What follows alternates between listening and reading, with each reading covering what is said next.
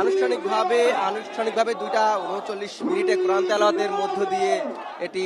শুরু হয়েছে সমাবেশটি। যেটি বলছিলাম যে গতকাল রাত থেকেই কিন্তু এখানে অবস্থান নিয়েছে এই যে ছাত্র জনতা, এবং এরপরে প্রধান উপদেষ্টার কার্যালয়ের সামনে থেকে পরে এটি তারা এখানে জড়ো হওয়ার পরে ধীরে ধীরে কিন্তু আমরা দেখছি যে জনসমাগম বাড়তে থাকে। রাত ভর এখানে আওয়ামী লীগ নিষিদ্ধের যে দাবি উঠেছে, সেই আওয়ামী লীগ নিষিদ্ধের দাবিতে মূলত প্রথমে হাসনাত আব্দুল্লাহ, যিনি এনসিপির দক্ষিণাঞ্চলের মুখ্য সংগঠক, তিনি এখানে এসে অবস্থান নেন। এরপর রাতেই যেটি আমরা দেখেছি যে জুলাইকে কেন্দ্র করে বিভিন্ন ধরনের সংগঠন, যেমন জুলাই ঐক্য, ইনকলাব মঞ্চ, এমনকি পিলখানা হত্যাকাণ্ডের যারা শিকার পরিবারগুলোদের সংগঠন, সাপ্পা চত্বরে শহীদ পরিবারগুলোর নিয়ে যে গঠিত সংগঠন, এমন কিছু সংগঠন তারা এই যে হাসনাত আব্দুল্লাহ যিনি অবস্থান নিয়েছিলেন তার সাথে আসলে সংহতি জানাতে আমরা দেখেছি যোগ দিয়েছে। এছাড়া ঢাকা বিশ্ববিদ্যালয়ের সাধারণ শিক্ষার্থীদের একটু অংশ তারা এখানে এসেছেন, এবং আমরা এরপর ধীরে ধীরে দেখলাম রাতেই বাংলাদেশ ইসলামী ছাত্র শিবির, জামায়াত ইসলামের পক্ষ থেকে, জাতীয় গণতান্ত্রিক পার্টি জাকপার পক্ষ থেকে, হেফাজত ইসলামের পক্ষ থেকে, খেলাফত মজলিসের পক্ষ থেকে, বাংলাদেশ খেলাফত মজলিসের পক্ষ থেকে এখানে সংহতি জানানো হয়েছে। অর্থাৎ ধীরে ধীরে এটি কিন্তু একটি সর্বদলীয় বা সকল রাজনৈতিক দল মত পথের মানুষের যে একটি সম্মিলন সেটি কিন্তু হচ্ছে। এবং এর পরে রাতের ঘটনা প্রবাহে এটিও দেখেছি আমরা, এই এনসিপির আরেক শীর্ষ নেতা সার্জিস আলম, তিনিও কিন্তু রাতে এই ঐক্যমত ঘোষণা করেছেন। তিনি এটি নিয়ে একটি সামাজিক যোগাযোগ মাধ্যমে তার ফেসবুক পোস্টেও দিয়েছেন। সেটি তিনি বলেছিলেন যে তিনি তার কাজে, তার জন্মস্থান পঞ্চগড়, সেখানে ছিলেন এবং শুধুমাত্র এই যে আওয়ামী লীগ নিষিদ্ধের যে দাবি উঠেছে কর্মসূচিতে, এটিতে সংহতি জানানোর জন্য তিনি রাতেই চলে এসেছেন। এবং এনসিপির শীর্ষ নেতা, দলটির আহ্বায়ক নাহিদ ইসলাম, তিনিও বলেছেন যে আওয়ামী লীগ নিষিদ্ধ নিয়ে বা তার বিচারের কার্যক্রম নিয়ে নানান ধরনের টালবাহানা করা হচ্ছে, তাদের পুনর্বাসনের যে চেষ্টা করা হচ্ছে সেটির বিরুদ্ধে তিনি দাঁড়িয়েছেন, এবং তিনিও এখানে এসে সংহতি প্রকাশ করেছেন, কথা বলেছেন। এবং এনসিপির আমরা দেখেছি আক্তার হোসেন, এরা প্রত্যেকেই কিন্তু এই যে বাংলাদেশের জুলাই বিপ্লব সংগঠিত হলো সেই বিপ্লবের সম্মুখ সারিতে নেতৃত্ব দিয়েছেন, তারা সংগঠকের ভূমিকা পালন করেছেন। পরবর্তী যদিও তারা জাতীয় নাগরিক পার্টি এনসিপি নামে যে ছাত্রদের নতুন দল, সেই দল গঠনের সাথে যুক্ত হয়েছেন বা সেইখানে তারা পদ নিয়েছেন। সামগ্রিকভাবে আমরা সকাল থেকেই এখানে আছি, গতকাল রাতভর থেকেই এই বিষয়গুলো দেখানোর চেষ্টা করেছি এবং দেখিয়েছি। সকালে এসে যদি বলি যে যা যা দেখেছি, প্রথমে এই যে প্রধান উপদেষ্টার বাসভবন, তার বাসভবনের সামনে কিন্তু সবাই অবস্থান নিয়েছিল, সেখানে নানান ধরনের স্লোগান দিচ্ছিল। আওয়ামী লীগের যে বিচার এবং নিষিদ্ধের সুনির্দিষ্ট একটা রোড ম্যাপ তারা দাবি করছেন, এবং এখানে তারা বলছেন যে বাংলাদেশে যারা এখনো পালিয়ে যেতে পারেনি, যেসব আওয়ামী লীগের নেতাকর্মীরা, তাদেরকে যেন শাস্তির আওতায় আনা হয় এবং যারা পালিয়ে গেছে তাদেরকে ইন্টারপোলের মাধ্যমে ফিরিয়ে এনে বিচার নিশ্চিত করা হয়। আওয়ামী লীগের নিবন্ধন বাতিল করার বিষয়টি এসেছে, আওয়ামী লীগের সকল ধরনের রাজনৈতিক কর্মকাণ্ড নিষিদ্ধের বিষয়টি এসেছেন। এবং ভোর রাত 4টার দিকে নাসরুদ্দিন পাটোয়ারি, যিনিও এনসিপির একজন শীর্ষ নেতা এবং এই জুলাই বিপ্লবে নেতৃত্ব দিয়েছেন সম্মুখ সাথে থেকে, তিনি একটি ঘোষণা দেন যে আজকে বাদ জুমা এই প্রধান উপদেষ্টার কার্যালয় সংলগ্ন যে হোটেল ইন্টারকন্টিনেন্টাল আছে, সেই ইন্টারকন্টিনেন্টাল সংলগ্ন তারা বা একটি সমাবেশ করার ঘোষণা প্রথমে দেয়। এরপরেই মঞ্চ তৈরির কাজ শুরু হয় সকাল থেকে। আমরা এসে যেটা দেখেছি, 5টি ট্রাক রয়েছে, সেই 5টি ট্রাকের সাহায্যে একটি অস্থায়ী মঞ্চ প্রস্তুত করা হয়েছে, এবং এই মঞ্চের আমরা দেখলাম যে দুপুরের মধ্যেই পুরো মঞ্চটি তৈরি প্রস্তুত হয়ে গেছে। এবং 12:30 নাগাদ প্রধান উপদেষ্টার কার্যালয়ের সামনে থেকে মূলত যারা ওখানে অবস্থান করছিলেন তারা এই যে মঞ্চের সামনে, অর্থাৎ সমাবেশ স্থল, এখানেই তারা এসে যোগ দেন। প্রধান উপদেষ্টার কার্যালয়ের সামনে যে তার যে বাসভবনের যে গেট, সেই গেট থেকে সমাবেশ স্থলের দূরত্ব মাত্র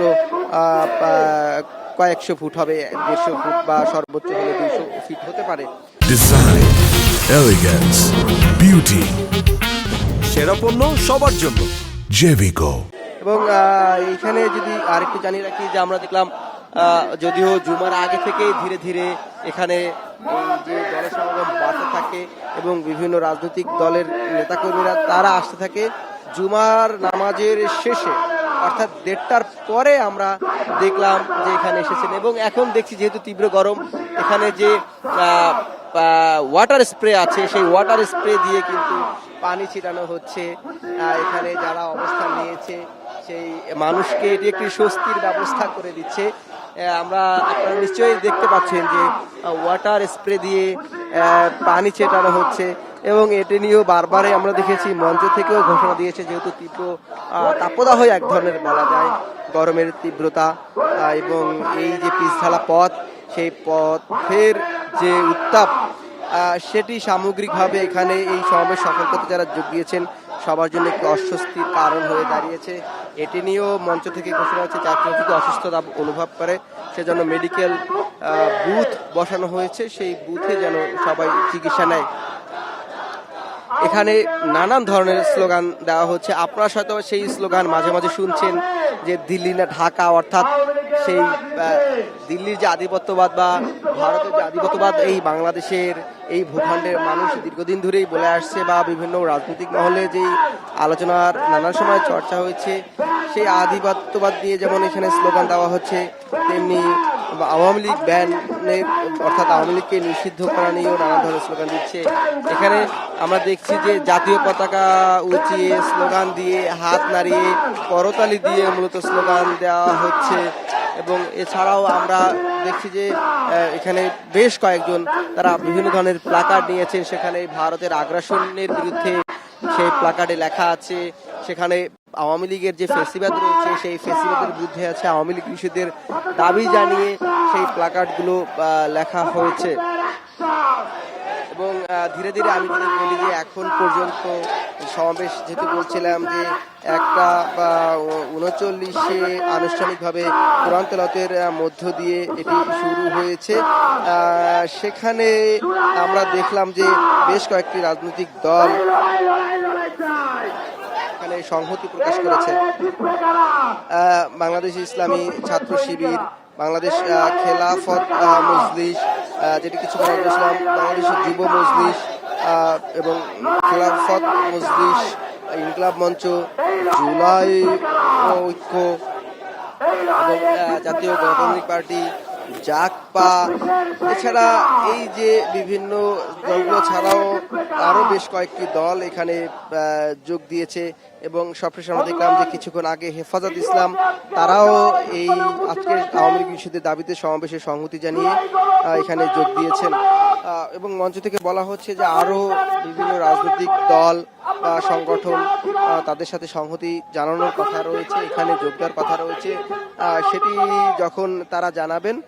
বা এই যে তাদের যে ঘোষণা মঞ্চ রয়েছে সেই ঘোষণা মঞ্চ থেকে ঘোষণা দেবেন সেটিও আপনাদের আমরা জানিয়ে দেওয়ার চেষ্টা করব। এবং আজকে এখানে যারা এই সমাবেশে এসেছে আমরা অনেকের সাথে কথা বলার চেষ্টা করেছি, জানার চেষ্টা করেছি যে আওয়ামী লীগ নিষিদ্ধে তাদের যে দাবি সেই দাবির বিষয়ে তারা আসলে কতটুকু সোচ্চার বা তাদের বিষয়গুলো আসলে কি তারা দাবি নিয়ে এসেছেন। এখানে ওখানে অধিকাংশ বিষয় আমরা বলছি যে এই বিষয়টি বলছিলাম যে তাদের সাথে আলাপ করার সময় তারা সেটি জানাচ্ছিল যে দলমতের ঊর্ধ্বে উঠে তাদের যে প্রাণের দাবি, অর্থাৎ তারা বলছেন তাদেরকে মূলত এই মুহূর্তে আওয়ামী লীগ নিষিদ্ধের দাবিটি তাদের কাছে সবচেয়ে মুখ্য বিষয়। এবং এইটিও তাদের সাথে আমি জানতে চেয়েছিলাম, যেহেতু রাজনীতির ময়দানে নানামুখী আলোচনা রয়েছে আওয়ামী লীগ নিষিদ্ধ নিয়ে, কোনো কোনো পক্ষ বলার চেষ্টা করছেন যে বাংলাদেশের রাজনৈতিক সংস্কৃতি সেই জায়গাতে আওয়ামী লীগ নিষিদ্ধ হলে আরো অস্থিতিশীল হয়ে উঠতে পারে পরিস্থিতি, সেটির বিষয়। বা কেউ কেউ বলছেন যে যেহেতু আওয়ামী লীগ দল হিসেবে অন্যায় করেছেন তাদের দাবি, সেহেতু তাদেরকে নিষিদ্ধ করাটা একটি ন্যায্যতার বা ন্যায় বিচার প্রতিষ্ঠার একটি দৃষ্টান্ত স্থাপন করার বিষয়টি প্রসঙ্গ টানছেন। এই বিষয়গুলো নিয়ে আসলে আমরা দেখলাম যে তাদের মধ্যে মত দ্বিমত দুটি রয়েছে, কিন্তু আওয়ামী লীগ নিষিদ্ধ নিয়ে সেটি কোন প্রক্রিয়া হবে সেটি নিয়ে আসলে সবাই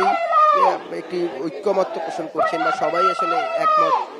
তারা বলছেন যে আওয়ামী লীগকে যে কোনো উপায়ে নিষিদ্ধ হতে হবে এবং মূল তাদের যে অভিযোগটি তারা বলছেন জুলাই বিপ্লব চলাকালীন সময়ে যে গণহত্যা সংঘটিত হয়েছে তাদের ভাষ্যমতে, এবং তারা বলছেন যে সেটি কিন্তু জাতিসংঘের যে একটি প্রতিবেদন প্রকাশ করেছে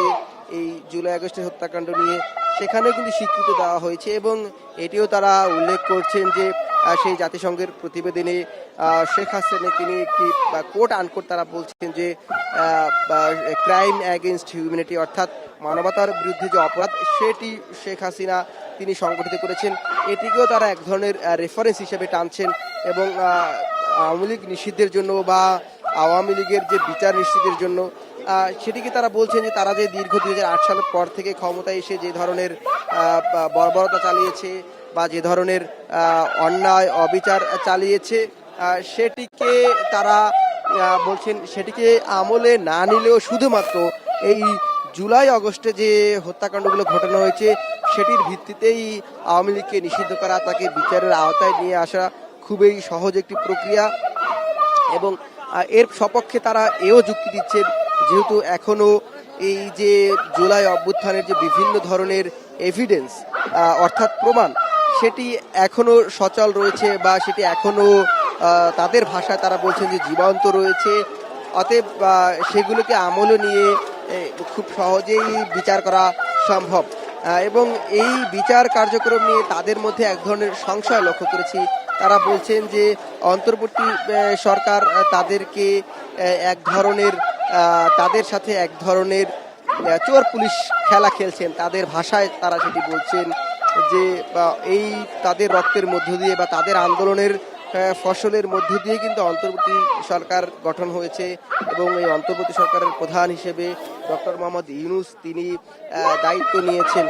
কিন্তু আওয়ামী লীগ নিষিদ্ধ নিয়ে তাদের আজকে যে অন্তর্বর্তী সরকারের প্রধানের বাসভবন অর্থাৎ হেয়ার রোডের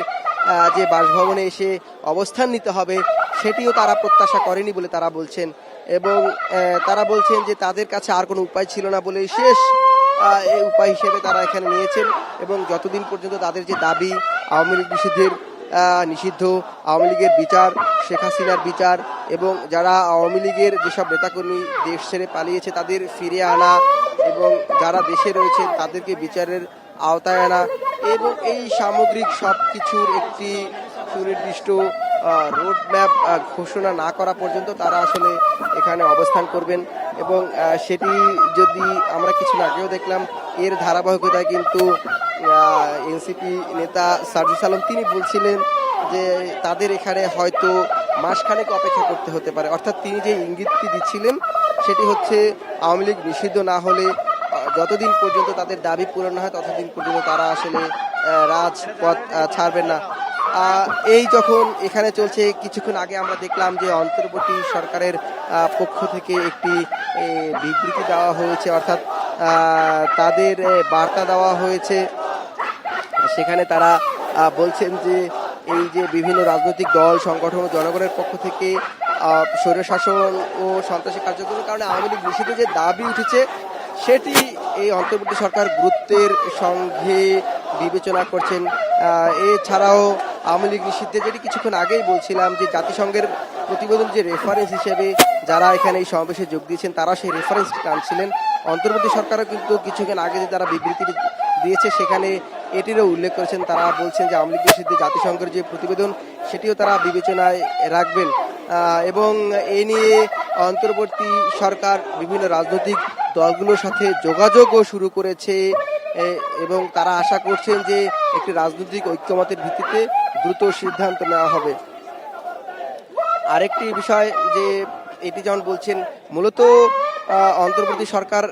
এই এতক্ষণ পর আনুষ্ঠানিকভাবে মূলত এটি শুরু করেছিলেন। এবং যেটি বলছিলাম যে এখানে এই সাধারণ যে ছাত্র জনতা যারা উপস্থিত হয়েছেন এবং যারা এখানে এই যে মঞ্চে বক্তব্য রাখছেন এবং এই বক্তব্যের মধ্য দিয়েও কিন্তু তাদের যে একাট্টা হয়ে আওয়ামী লীগের বিরুদ্ধে যে আওয়ামী লীগ নিষিদ্ধে যে দাবি সেটি তারা জানাচ্ছেন এবং সেটি বলছিলাম যে এখানে মূলত যারাই এসেছেন প্রত্যেকটি রাজনৈতিক দল মত নির্বিশেষে এখানে যোগ দিয়েছেন। এবং আমরা যে মঞ্চ দেখছি সেখানে কিন্তু কোনো ব্যানারও রাখা হয়নি, অর্থাৎ এটি এবং তারা এটিকে ঘোষণা করছেন যে জুলাই আগস্টে যেমন সবাই ঐক্যবদ্ধ হয়েছিলেন এই যে আওয়ামী লীগ সরকারের বিরুদ্ধে হত্যা গুম খুন নিপীড়নের বিরুদ্ধে ছাত্র হত্যার বিরুদ্ধে সবাই আবারও সেই জুলাইকে ধারণ করে এখানে ঐক্যবদ্ধ হয়েছেন সেটি তারা বলছেন এবং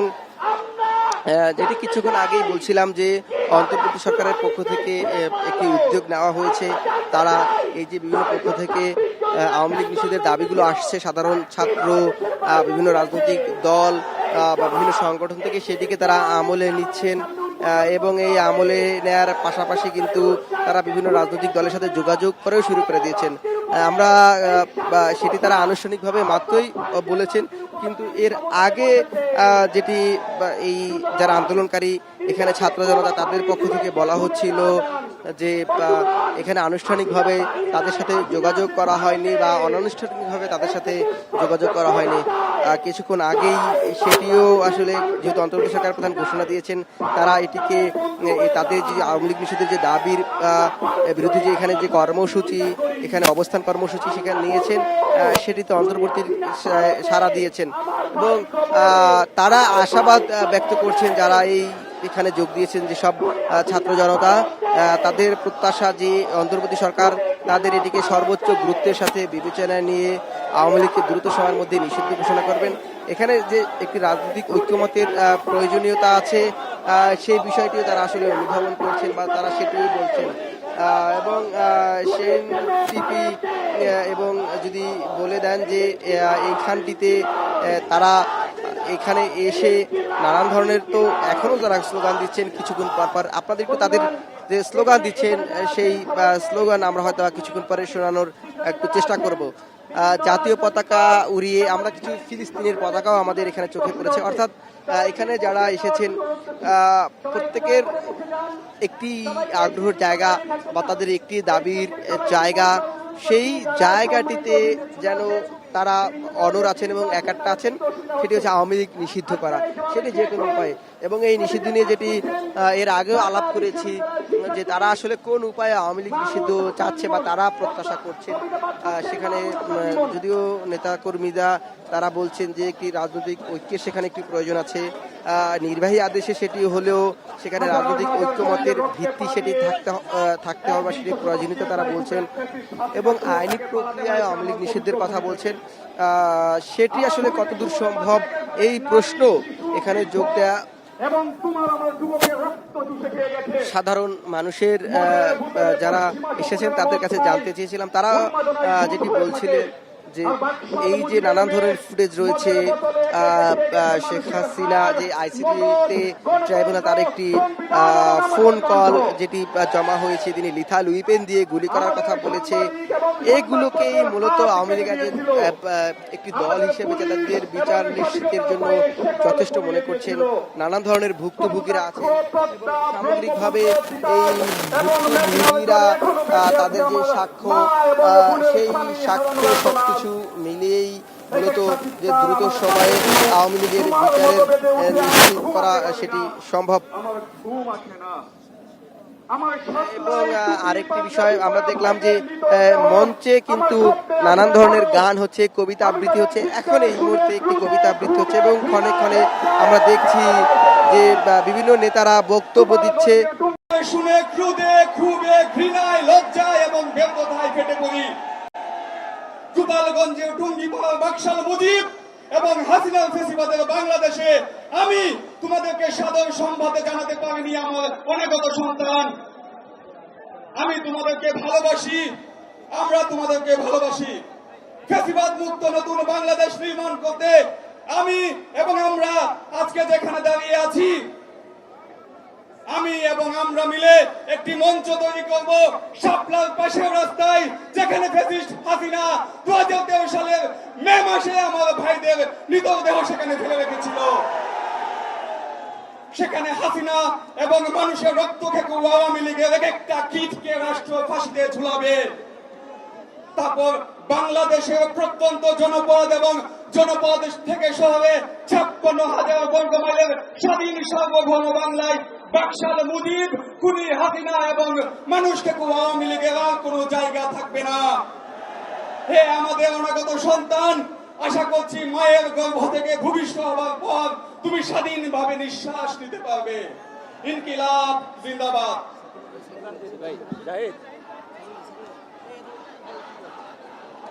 সংগ্রামী বন্ধুগণ, আওয়ামী লীগ শুধুমাত্র জুলাইয়ে খুনি হিসেবে পরিচিতি লাভ করে নাই, আওয়ামী লীগ সেই সাপ্লাই গণহত্যা চালিয়ে গণহত্যাকারী হিসেবে পরিচিতি লাভ করেছিল। আওয়ামী লীগ সেই বিডিআর এর ভাইদেরকে হত্যা করে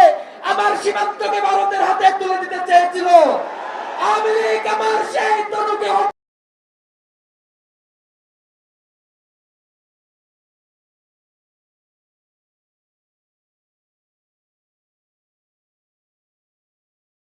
নিতে চেয়েছিল, কিন্তু সেই আওয়ামী লীগ আজকে এই মাদার অফ মাফিয়াতে পরিণত হয়েছে। আমরা এই বাংলাদেশের সর্বস্তরের জনতা এই বাংলার জমিনে 5 আগস্টের পরে আওয়ামী লীগ নামে, যুবলীগ নামে, ছাত্রলীগ নামে কোন ধরনের খুনিদের পুনর্বাসন মেনে নিব না, কোন ধরনের আওয়ামী লীগের নির্বাচন মেনে নিব না, কোন ধরনের মিছিল, কোন ধরনের সুরাউন মেনে নিব না। বন্ধুগণ, ইতিমধ্যে আমাদের সঙ্গে একাত্মতা প্রকাশ করেছেন ওলামা মাশায়েখ আইম্মা পরিষদের যুগ্ম সাধারণ সম্পাদক মুফতি শামসুদ্দোহা আশরাফি। একাত্মতা প্রকাশ করেছেন নিজাম ইসলাম পার্টির মহাসচিব মুফতি মুসা বিন ইসহাক। বন্ধুগণ, আজকের এই সমাবেশে এখন বক্তব্য রাখবেন বাংলাদেশ খেলাফত মজলিসের যুগ্ম মহাসচিব মাওলানা তোফাজ্জল হক মিয়াজি। বক্তব্য রাখছেন বাংলাদেশ খেলাফত মজলিসের যুগ্ম মহাসচিব মাওলানা তোফাজ্জল হক মিয়াজি। এই সব বসো।